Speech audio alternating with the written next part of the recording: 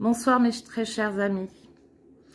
Nous allons commémorer très bientôt, le 11 novembre, le sacrifice ultime de nos aïeux, à savoir nos arrière-grands-parents, arrière-arrière-grands-parents, voire nos grands-parents, qui, de 1914 à 1918, se sont battus pour gagner la guerre contre l'Allemagne, pour gagner leur liberté.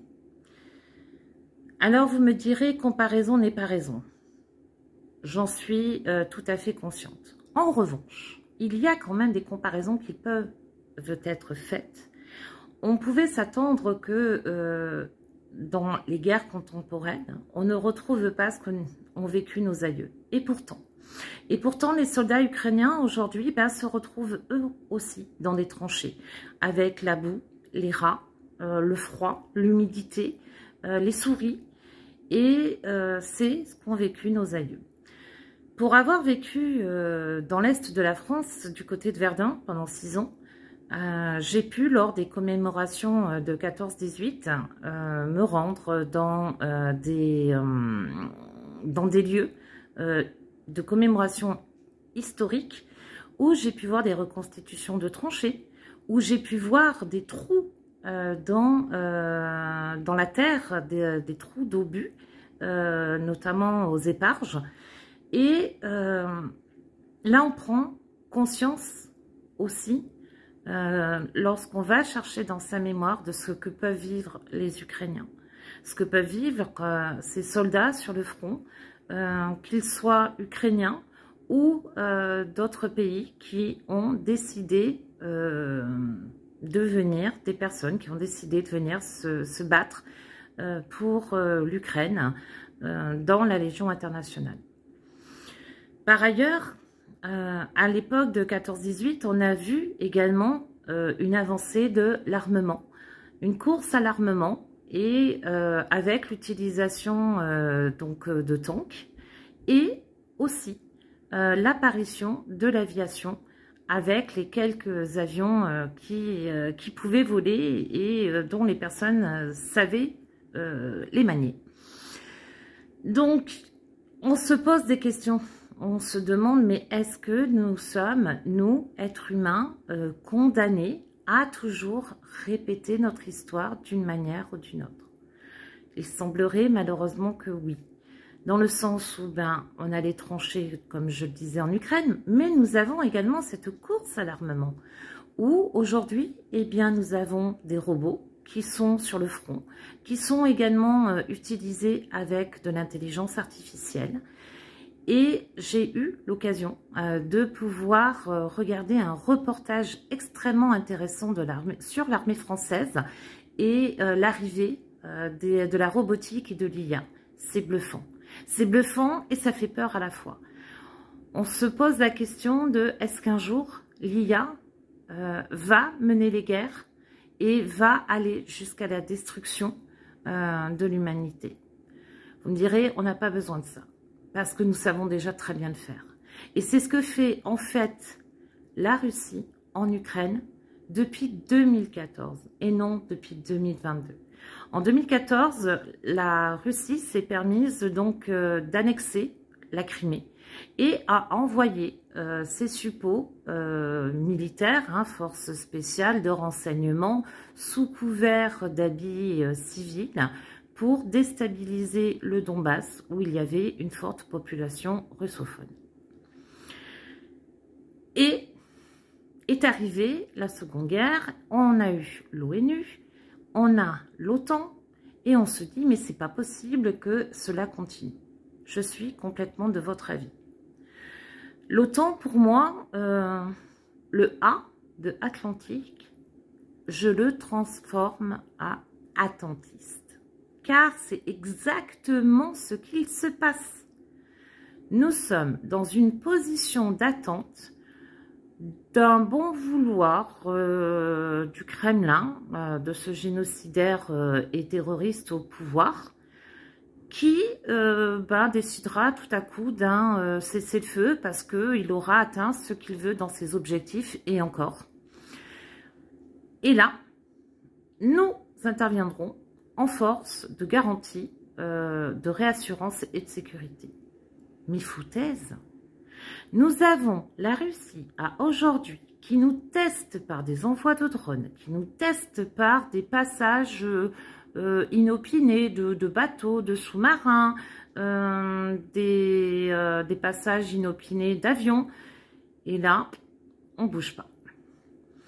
Nous avons également une façon de réagir qui est, bon, faisons pas trop de vagues, on sait très bien qu'on est dans une guerre hybride.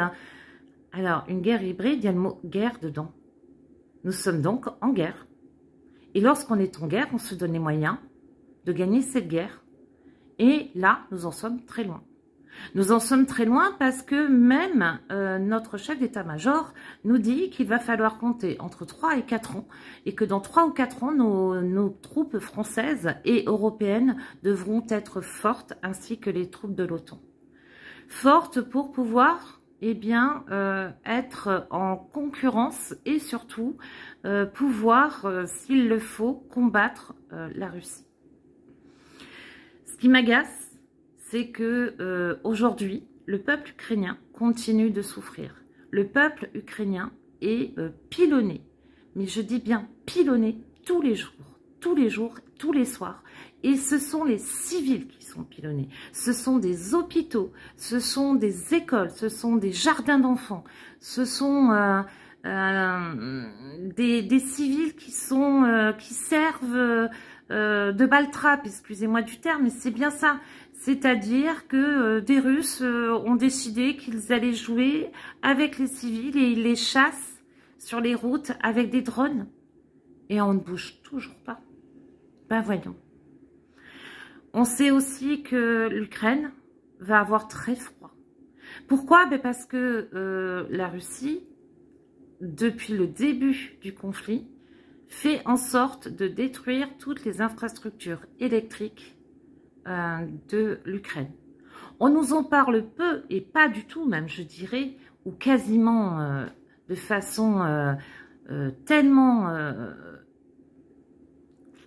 infime. On a chaud et on doit faire attention avec ce qui se passe à Zaporizhzhia, cette fameuse centrale.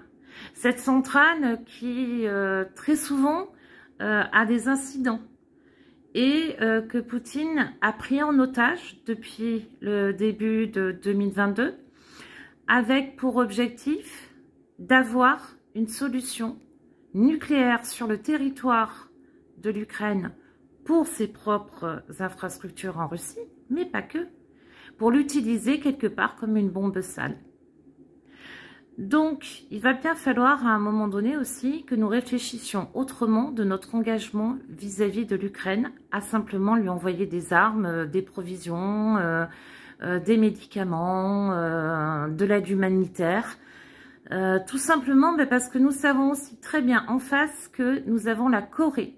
La Corée qui a encore envoyé ce mois-ci, au mois d'octobre et au mois de novembre, des troupes pour combattre auprès de la Russie. Donc, ce qui signifie que concrètement, la Corée est en guerre contre l'Ukraine. Nous avons toujours l'Iran qui fournit en Chine et le double jeu de la Chine. De la Chine parce que elle envoie aussi des troupes. Alors nous-mêmes, nous pourrions en faire de même. Je ne suis pas une va-t-en-guerre. En revanche, il va falloir à un moment donné que nous tapions du poing sur la table et que nous montrions à Poutine que ce n'est pas lui le maître des horloges. Quand bien même il a dans sa poche, et qu'on le veuille ou non, Monsieur Trump. Monsieur Trump qui, quelque part, n'a pas le choix, parfois, de faire bonne figure et de dire qu'il est avec l'Ukraine et qu'il va aider l'Ukraine. Les Tomahawk, on attend toujours. Et je pense qu'on va attendre longtemps.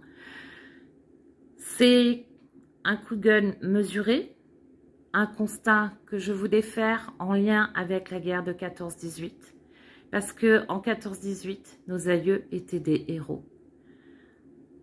Aujourd'hui, les Ukrainiens sont des héros. Tout un peuple est héroïque et tous les soldats sont des héros.